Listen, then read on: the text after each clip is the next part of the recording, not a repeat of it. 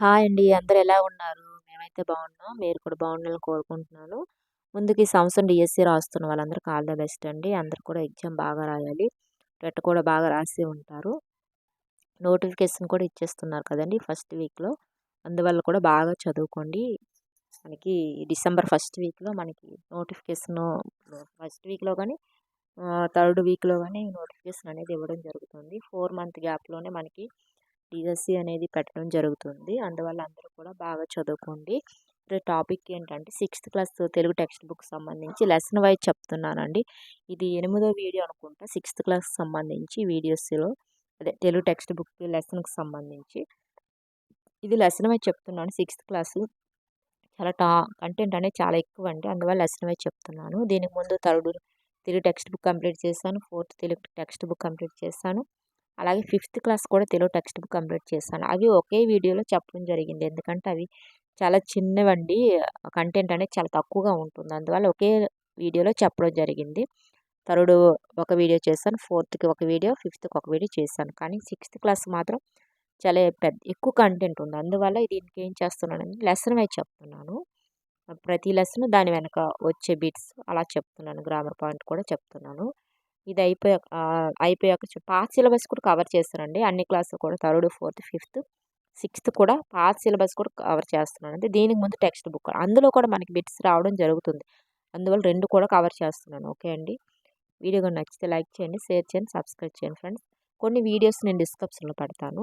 Video మాత్రం skip చేయకుండా మొత్తం చూడండి. ఓకే అండి. ఇప్పుడు మనము ఇందులో ఈ లెసన్‌లోని ఒక లెసన్ అండి. సారీ ఈ క్లాస్‌లోని ఒక లెసను. ఇది ఎంత మంచి వారమ్మా! ఎంత మంచి వారమ్మా అనేది ఇది ఒక ఉపవాచకం అండి. దీని గురించి ఈరోజు మనం చెప్పుకుందాము. ఇది వెన్నెలకంటి రాఘవయ్య గారండి. ఇది ఎంత మంచి వారమ్మ రాసింది వెన్నెలకంటి రాఘవయ్య గారు. ఇతను 1897లో జన్మించారు ఇతను. 1897లో జన్మించారు.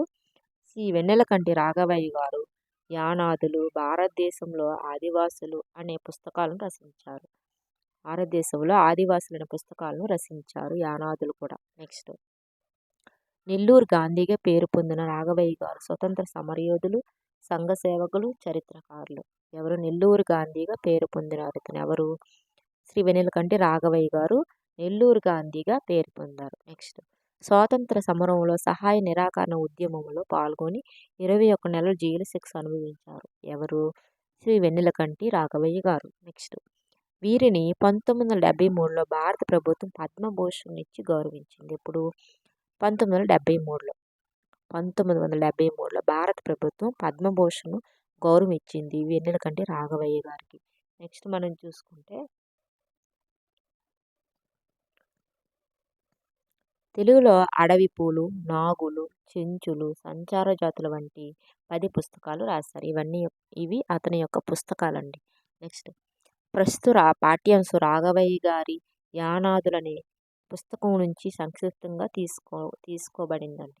అక్కడి నుంచి రాఘవయ్య గారి యానాదులనే పాఠం నుంచి ఎంత మంచి వారం అనే పాఠం అనేది తీసుకోవడం జరిగింది. ఈ లెసన్కి సంబంధించి కొన్ని బిట్స్ ఉన్నాయి. అవి చూద్దామండి. ఎంత మంచి వారం పాఠ్యభాగ రచయిత ఎవరు? బివి నరసింహారావు, సత్యం శంకరమంచి, వెన్నెలకంటి రాఘవయ్య, ఆతుకూరి మొల్ల. ఎవరు మనకి ఇక్కడ? వెన్నెలకంటి రాఘవయ్య గారు. ఎంత మంచి వారం పాఠ్యభాగ రచయిత వెన్నెలకంటి రాఘవయ్య గారు. నెక్స్ట్ మనం చూసుకుంటే రెండవదండి యానాదులు గుడిసెలను ఎలా నిర్మించుకుంటారు? యానాదులు గుడిసెలను ఎలా నిర్మించుకుంటారు అని అడగడం జరిగిందండి. మనకి ఇక్కడ ఆప్షన్ 2 అండి. చూడండి, ఇటుకలతో, ఇసుకతో, సిమెంటుతో, వెదురు బొంగుతో. యానాదులు దేంతో గుడిసెలు నిర్మించుకుంటారని అడిగారు. మనకి ఇక్కడ ఆప్షన్ 4 అండి. మనకి ఇక్కడ ఆప్షన్ 4 వెదురు బొంగులతో యానాదులు గుడిసెలను నిర్మించుకోవడం జరుగుతుంది. వెదురు బొంగుతో యానాదులు గుడిసెలను నిర్మించుకోవడం జరుగుతుంది. నెక్స్ట్ యానాదులు ఇంటి వాకిలికి గుడి పక్కన ఏమి ఉంటాయి? యానాదులు ఇంటి వాకిలికి కుడి పక్కన ఏమి ఉంటాయి? తట్టలు, బుట్టలు, మధ్యలో ఒకటి గుంట పొయ్యి, నీల గుంటలు, చెంబు, జాజి చెక్కలు పెట్టే ఏముంటుంది వాళ్ళకి? యానాదుల ఇంటి వాకిలికి కుడి పక్కన ఏమి ఉంటాయి అని అడుగుతున్నారండి. మనకి ఇక్కడ ఆప్షన్ 3 అండి. గుంట పొయ్యి, నీల గుంటలు, చెంబు ఇవన్నీ కూడా యానాదుల ఇంటి వాకిలికి కుడి పక్కన ఉంటాయండి. నెక్స్ట్ మనకి వెన్నెలకంటి రాఘవయ్యకు పద్మభూషణ్ ఈ సంవత్సరంలో వచ్చింది. ఎప్పుడు వచ్చింది? 1973, 1883, 1988, 1993. ఎప్పుడు వచ్చింది వెన్నెలకంటి రాఘవయ్యకు పద్మభూషణ్ అనే అవార్డు ఎప్పుడు వచ్చింది మనకి? ఆప్షన్ 1 అండి 1973. 1973లో వెన్నెలకంటి రాఘవయ్యకు పద్మభూషణ్ అవార్డు వచ్చింది. నెక్స్ట్ క్రింది వాటిలో నెల్లూరు గాంధీగా పేరు పొందిన వారు ఎవరు? నెల్లూరు గాంధీ కింది వాళ్ళు ఎవరు? Vinjamuri Lakshminarasimha, Ravuri Bharadwaja, BV Lakshmi Narasimham, next Vennelakanti Raghavaiah. ఈ నలుగురిలో ఎవరు? మనకి ఇక్కడ ఆప్షన్ 4 అండి. వెన్నెలకంటి రాఘవయ్యని మనం నెల్లూరు గాంధీగా పేర్కొనడం జరిగింది. ఇది దీనికి సంబంధించి బిట్స్ అండి. ఎంత మంచివారు అయ్యా. తర్వాత లెసన్ చూడండి. స్వతంత్రపు జెండా. ఇది పాత సిలబస్ అండి. పాత సిలబస్ అంటే ఎప్పుడుదో కాదండి, ఈ టెక్స్ట్ బుక్ ముందువి. అందువల్ల ఇది కూడా చెప్తున్నాను, ఎందుకంటే ఇందులో బిట్స్ కూడా మనకి ఒక్కొక్కసారి ఇస్తుంటారు, ఒక్కొక్కసారి కాదు ఇస్తుంటారండి. అందువల్ల అవి కూడా కవర్ చేస్తే మొత్తం కవర్ చేసి ఉంటుందని మొత్తం చెప్తున్నాను. చూడండి, స్వతంత్రపు జెండా అండి. ఇది ఫస్ట్ లెసన్ స్వతంత్రపు జెండా. ప్రక్రియ ఏంటంటే గేయం అండి. ఇది స్వతంత్ర జెండా లెసన్ ఏంటంటే గేయం. ఇది ఇతివృత్తం దేశభక్తికి సంబంధించిన ఒక గేయం అండి స్వతంత్రపు జెండా అనేది.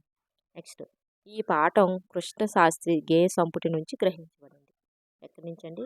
కృష్ణశాస్త్రి గేయ సంపుటి నుంచి గ్రహించబడింది. దేవులపల్లి వెంకట శాస్త్రి కాలం. ఈ స్వతంత్రపు జెండా రచయిత ఎవరు అంటే దేవులపల్లి కృష్ణశాస్త్రి, వెంకట కృష్ణశాస్త్రి అండి. 1897 నుంచి 1980 వరకు. ఇతను ఎక్కడ పుట్టారు? తూర్పుగోదావరి జిల్లా పిఠాపురం దగ్గర చంద్రపాలలో జన్మించారనమాట. తూర్పుగోదావరి జిల్లా పిఠాపురం దగ్గర చంద్రపాలలో జన్మించారు.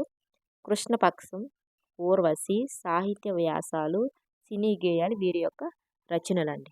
కృష్ణపక్షం, ఊర్వశి, సాహిత్య వ్యాసాలు, సినీ గేయాలు వీరి యొక్క రచనలు.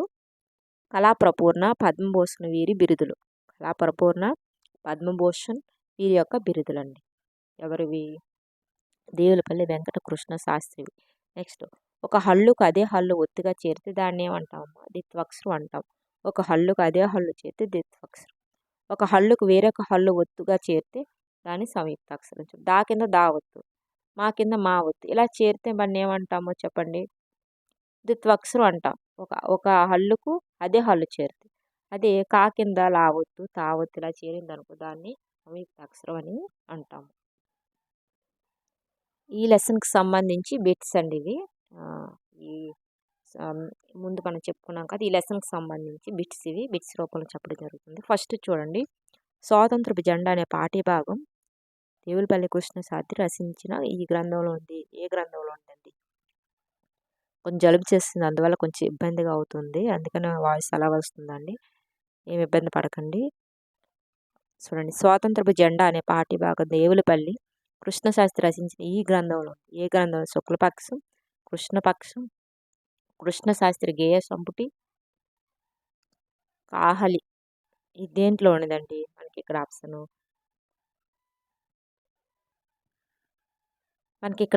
ఆప్షన్ 3 అండి. కృష్ణశాస్త్రి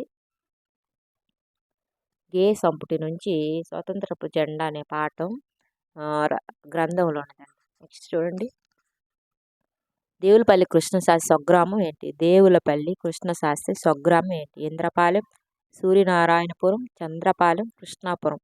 ఏది అవుతుందండి ఇక్కడ? మనకి ఇక్కడ ఆప్షన్ 3 అండి. చంద్రపాలెం తూర్పుగోదావరి జిల్లాలో ఉంటుంది చంద్రపాలెం.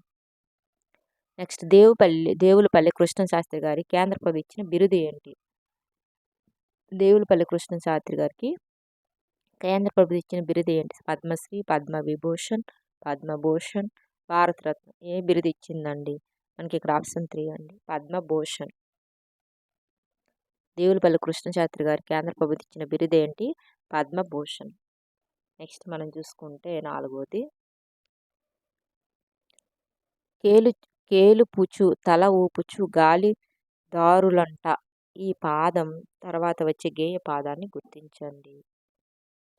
కేలుపూచు తల ఊపుచు గాలి దారలంటూ ఏది మనకి? ఎత్తవో ఎత్తు ఎత్తు ఆకాశం నిండా కొత్త జగం కొత్త యుగం భరతావాణి నిండా మన జెండా మనదే వీరుల నెత్తురు పంట. నెక్స్ట్ మనం చూసుకుంటే దీనికి ఆప్షన్ ఏంటి? ఆప్షను మనకి ఇక్కడ 3 అవుతుంది. మన జెండా మనదే వీరుల నెత్తురు పంట. మన జెండా మనదే వీరుల నెత్తురు పంట. మనకి ఆప్షన్ 4 అనేది ఇక్కడ మనకు కరెక్ట్ అవుతుంది. కేలుపుచు తల ఊపుచు గాలి దారులు అంటారు. దాని తర్వాత వచ్చి గేయ పాదం ఏంటంటే మన జెండా మనదే వీరుల నెత్తురు పంట అనేది. నెక్స్ట్ మనం చూసుకుంటే 5వది చూడండి. నిరుపేదల నిర్భాగ్యుల నిరంకుశుల లేని ఈ గేయ పాదం ముందు వచ్చే పాదం తర్వాత వచ్చే పాదం అన్నాడు, తన ముందు వచ్చేది అన్నాడు. కొత్త జగం కొత్త యుగం భరతవాణి నిండా అద్దమత్తు లకహంతుల అందమతుల గ్రాని ఎత్తవో ఎత్తు ఎత్తు ఆకాశం నిండా కొత్త వేడి కొత్త వాడి భరతవాణి నిండా అని ఇచ్చారండి. మనకి ఇక్కడ ఆప్షన్ 2 అవుతుంది. అద్దమతు లహంకృతుల అందమతులు రాణి. మనకి ఇక్కడ ఆప్షన్ 2 అనేది కరెక్ట్ అవుతుంది.